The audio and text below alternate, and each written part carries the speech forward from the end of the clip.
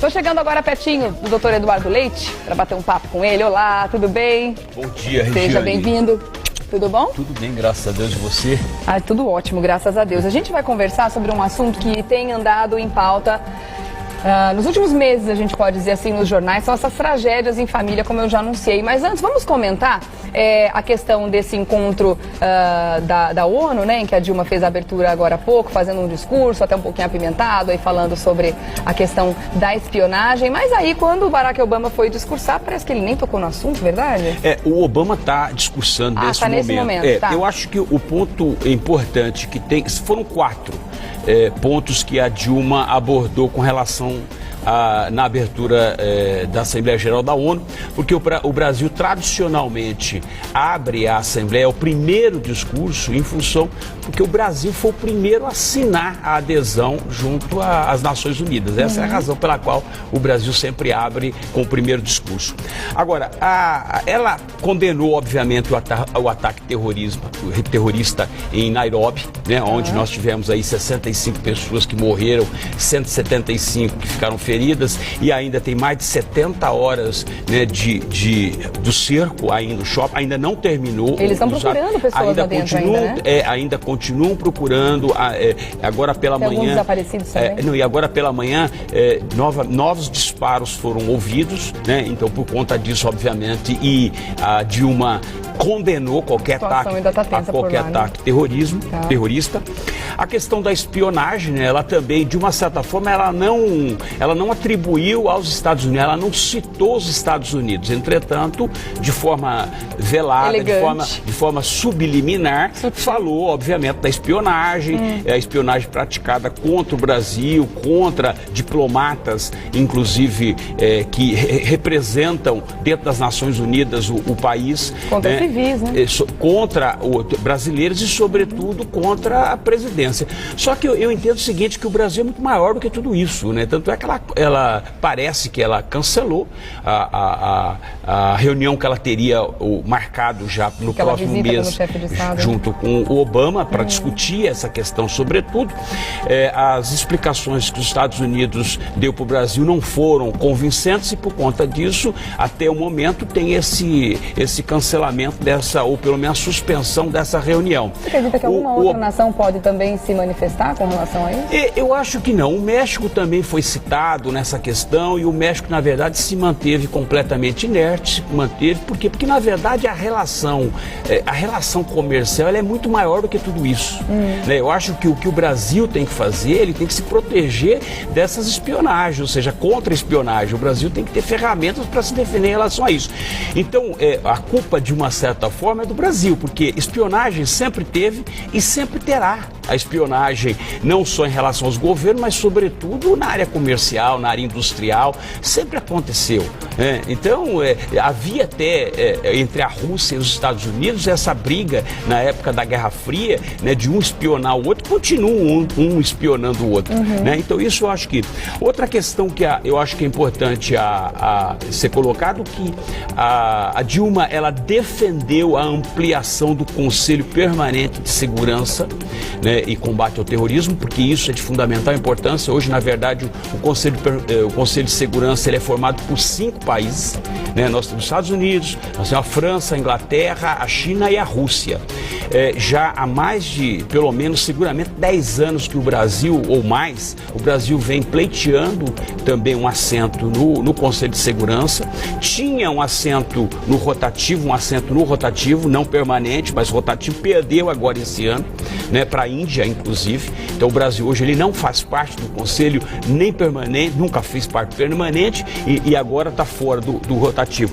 E outra questão que ela invocou também foi a questão da importância do Rio+20, né? Ou seja, que o Brasil conseguiu diminuir, né, esse índice de mortalidade infantil com os programas, tirando 22 milhões de pessoas da situação de miséria, né? Então ela defendeu isso lá no Conselho. Então foram essas abordagens significativas que ela fez.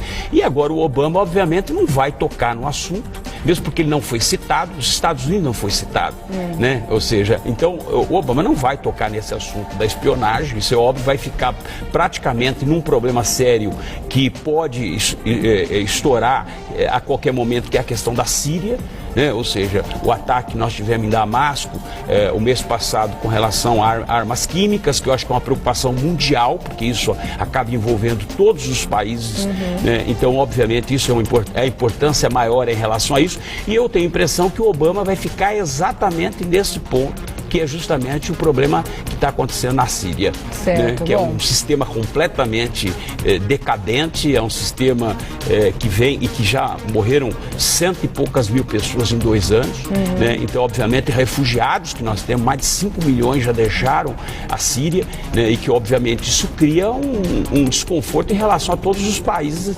limítrofes, né? Os países que estão em volta da Síria, né? E há esse descontrole, né? Há esse desequilíbrio em matéria social. Eu acho que esse é o maior problema. O maior foco é a questão da Síria. Tanto é verdade que o Ban Ki-moon abriu dizendo que não vai chegar a lugar nenhum se não sentarem, conversarem e realmente guerra não é, invasão não é o caminho, enfim. Então eu acho que esse é o ponto principal com relação ao que está se discutindo hoje na Assembleia Geral da ONU. E o que mais a gente pode esperar, pelo menos para essa manhã, esse final de manhã, né?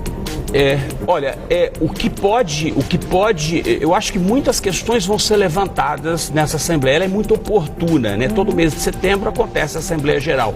E se trata, todos os assuntos são tratados de uma forma onde 192 países que fazem parte da Assembleia Geral da ONU, ou seja, que estão atrelados, que aderiram à ONU e que têm que cumprir todas as regras dos tratados internacionais, sobretudo as decisões da ONU, né? Então, eu entendo que, na verdade, vai se restringir à questão da Síria, né, que eu acho que é o maior problema. Por quê? Porque, na verdade, nós estamos diante, nós temos a Rússia, de uma certa forma, que vem dando a proteção à Síria, né? Nós temos um problema muito sério, que é o Irã, né? O Irã, que de uma certa forma sempre é um país bastante radical, que dizem que inclusive está desenvolvendo o problema da bomba atômica, aquela coisa toda, né? Ou seja, faz lá o enriquecimento de urânio. Então isso consequentemente coloca em risco todo o planeta, né? Essa instabilidade que ocorre no planeta, sobretudo naquela região, que é uma região que sempre foi uma região muito sensível, né? Que é a região do Oriente Médio, né? Nós tivemos o problema da Palestina, nós temos o problema do Israel com a Palestina, né? Que sempre foi, tradicionalmente, isso sempre foi discutido na Assembleia, mas eu acho que saiu um pouquinho do foco essa discussão entre esses dois, né? A faixa de Gaza, acho que saiu do foco. Hoje, na verdade, nós temos que nos preocupar com relação à questão da Síria, que eu acho que realmente é muito sensível, né? A qualquer momento. E depois tem outra, quando se fala em armas químicas, né, é algo realmente que ultrapassa os limites, não só atinge aquela região do Oriente Médio. Não só os envolvidos na questão ali, né? O problema da arma química, na verdade, ela acaba sendo transnacional, ela passa de um continente para o outro. Então, o Brasil, na verdade, lógico, vem poeiras, né, dessas bombas químicas que podem eventualmente ser lançadas lá. Os Estados Unidos, o Irã, essa semana aqui, inclusive, de uma forma até ostensiva, apresentou um míssil, né, que pode alcançar 2.000 quilômetros, né, que pode atingir inclusive alguns países. Então isso, na verdade, é demonstração de força, né, bélica, né, força bélica. Então, e esse é o grande problema, né? Enquanto está se discutindo, e essa é a tentativa de amenizar, porque você não sabe que começa, se começar, mas você não sabe como é que termina isso. Né? Você não sabe que existe armas químicas, já está provado, tanto é verdade que o Ban Ki-moon leu esses dias o relatório na ONU, os inspetores da ONU foram até Damasco, mas fizeram coleta. A assumir que eles têm armas químicas? Não, por lá? o que diz o Assad é o seguinte, que na verdade quem soltou foram os rebeldes que lançaram essas bombas químicas, colocando culpa no governo. Tá. E os rebeldes dizem que na verdade foi o governo, né, opressor que lançou as bombas químicas, né, e que muita gente morreu, muitas crianças morreram em função disso. Né? Nós sabemos que aquilo foi um momento de verdadeira tragédia, atrocidade, genocídio. Aliás, o Ban Ki-moon hoje já defendeu de que os responsáveis deverão ser levados à justiça internacional, né, por genocídio, sobretudo, ou seja, mata em massa, né? Ou seja, é crime praticado contra a humanidade, porque toda ação utilizando armas químicas são crimes praticados contra a humanidade e que, obviamente, isso é punível, né, no Tribunal Internacional Penal. E justamente, né? Por isso, Barack Obama agora, durante seu discurso, acabou de pedir o apoio de toda a comunidade internacional, né, contra justamente essa guerra civil que está acontecendo dentro da Síria. Eu acho que houve um erro da própria Dilma em dar um destaque a essa questão da espionagem, porque isso é de menor importância. Ficou parecendo um problema muito pequeno perto disso tudo. Por isso que eu falo que às vezes não existe estratégia, ou seja, perde a oportunidade de discutir coisas muito mais sérias. Hoje, por exemplo, a Síria, o Obama está certo, está correto, ele está preocupado com a humanidade. E não estou aqui defendendo não, tá? Eu estou dizendo só, eu acho até que os Estados Unidos se metem em tudo. Mas o que acontece é o seguinte, eles tentam se proteger em relação aos ataques, né, externos que acabam vindo. Né? Uma coisa que acontece lá, que aqui a gente não tem tradição, é justamente a prevenção. Eles estão sempre, e mesmo prevenindo, você lembra 11 de setembro, se você pegar aquele filme 102 minutos, você vai, quem não assistiu, vale a pena assistir, que realmente você vai ver a tragédia que os americanos passaram durante aqueles 102 minutos depois, né, até hoje, né. Então, o que acontece? Eu acho que a Dilma perdeu a oportunidade de trazer para discussão a questão, primeiro, do Conselho de Segurança, que eu acho importante, que ela chegou a mencionar, mas, sobretudo, defender até o Brasil para compor esse Conselho Permanente de Segurança, mas, sobretudo, a contribuição que o Brasil poderia dar para ajudar as negociações na questão da Síria, que pode explodir uma terceira guerra mundial. É verdade. Nós estamos falando aqui, a Rússia, que ela se neutralizou nisso, ou seja, iniciou inclusive a tentativa de fazer uma negociação para acabar ou pelo menos recolher todas as armas químicas, aquela coisa, saiu na frente dos Estados Unidos sem dúvida nenhuma, né, mas é contra um ataque. A França, por exemplo, é a favor, né, de um ataque imediato, só que ela não vai atacar sozinha a Síria, né? Os Estados Unidos, de uma certa forma, também, mas recuaram, porque eles sabem que isso pode ser um preço muito alto, né, para os Estados Unidos, né? A Inglaterra também, de uma certa forma. Então você só tem 2 dos 5 assentos do Conselho de Segurança, 3, de uma certa forma, são a favor do ataque. A Rússia, que na verdade está buscando a negociação, e você tem a China, que não se pronunciou, né? Por essa razão que o Conselho ainda não decidiu absolutamente nada, e o Ban Ki-moon vem e exige que o Conselho tome uma decisão, né? Agora, só pode tomar uma decisão a partir do momento em que realmente se constatou, e se constatou que de fato usaram armas químicas aonde crianças morreram. Ou seja, então eu acho que esse que é o maior problema. Mas ainda o relatório não provou quem é que lançou essas armas. Não, se constatou que se utilizou armas químicas. Mas não sabe quem apertou o botão. Agora, ninguém sabe quem de fato lançou essas bombas, né? Se foram os rebeldes ou o governo. Os rebeldes dizem que foi o governo, né? E o governo diz que, na verdade, foram os rebeldes. Agora, tem que ver quem é que possui armas químicas. Aí que tem o problema. E tem uma questão, uma questão muito importante é que as informações demonstram que as armas químicas elas estão sendo transportadas, transportadas para pontos estratégicos dentro da Síria. Ou seja, elas não se encontram tão somente num local, né? Elas estão sendo transportadas, o que demonstra que quem pode fazer isso talvez seja o governo.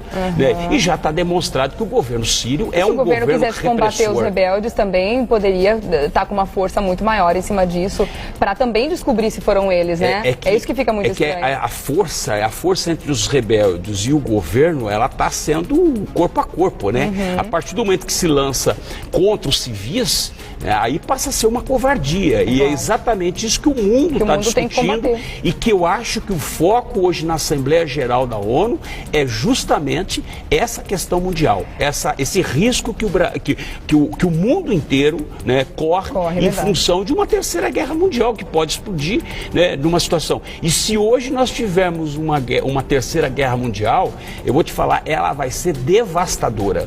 Vai sobrar muito pouco, porque o armamento, o poder bélico das nações, principalmente as mais ricas, tá infinitamente maior. A última guerra que a gente presenciou, e a tecnologia trouxe esse risco iminente para todos nós. Né? Todos os países fazem enriquecimento de plutônio, ou seja, de urânio, para poder buscar. Você pegar, por exemplo, Israel, ela tem uma força bélica fantástica, ela está estrategicamente ali.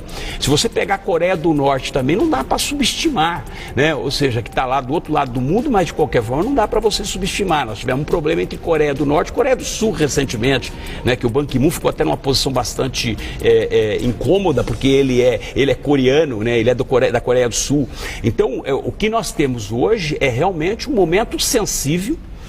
O mundo inteiro passa um momento muito delicado, aonde se as grandes potências não sentarem para discutir, nós estamos diante de algo, porque você não sabe, o Irã, por exemplo, você não sabe se o Irã tem ou não armas químicas, provavelmente tenha, né? Se você já mostrou o poderio, essa semana já fez lá na sua demonstração de um míssil bélico que alcança, que é praticamente de um continente ao outro, são 2.000 quilômetros, atinge, você imagina, se soltarem uma bomba, por exemplo, Israel, a coisa vai ficar muito feia.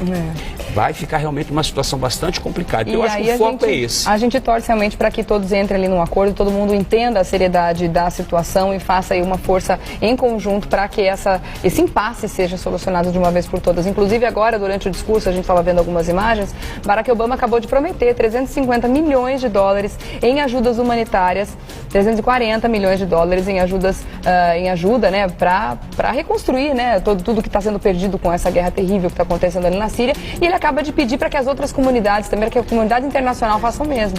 E acabou de declarar agora, ou seja, nesse momento nós estamos acompanhando, que os Estados Unidos estão preparados para poder invadir a Síria a qualquer momento. Só não vão fazer de forma isolada, vão fazer de forma conjunta, pensada, né? Mas eles já estão preparados para poder fazer. Tá certo. Bom, mais informações a respeito da Assembleia Geral da ONU você acompanha também nos nossos telejornais aqui na TV Gazeta durante toda a programação, onde temos também o nosso departamento de jornalismo atuando ativamente. Querido, muito obrigada por hoje. Terminamos. Não conseguimos falar sobre esse assunto que inclusive nós prometemos, mas vamos deixar para a semana que vem, porque tem muitos laudos ainda para serem divulgados, muita coisa para a gente entender em cima desses assassinatos, essas tragédias em família que foram muito comuns nos últimos 2 meses. Realmente são assuntos que estão deixando as famílias brasileiras de cabelo em pé e fazendo com que a gente não entenda esse momento. Por que o número de suicídios está aumentando tanto? Por que as pessoas estão... Qual que é a motivação, né, para chegar a tragédias desse tamanho, já que não é um caso isolado, não é uma situação só, né? Vamos abordar assim, porque eu acho que é um tema importante que merece uma reflexão, né? Eu acho que envolve toda uma questão social, familiar, educacional, governo, e que merece uma reflexão e que nós temos que nos debruçar em relação a essa tragédia urbana, né? Ou seja, hoje nós estamos falando a nível mundial, mas nós temos as tragédias urbanas que ocorrem diariamente. Em média, são 25 suicídios que ocorrem diariamente no Brasil, um a cada hora. Ou seja, essas 2 horas que nós estamos no programa, 2 pessoas se suicidaram pelas estatísticas. Vamos falar sobre isso na semana que vem. Para fazer contato do Dr. Eduardo Leite, você acessa o Facebook 500 Melhores Júris. E aí assiste o Revista da Cidade na terça-feira que vem, que a gente vai estar por aqui. Sem dúvida. Obrigada, meu querido. Beijo. Boa semana para você também, viu? Até. Obrigada. Realmente o Revista da Cidade sempre abordando temas importantes que fazem parte da nossa vida, do nosso cotidiano.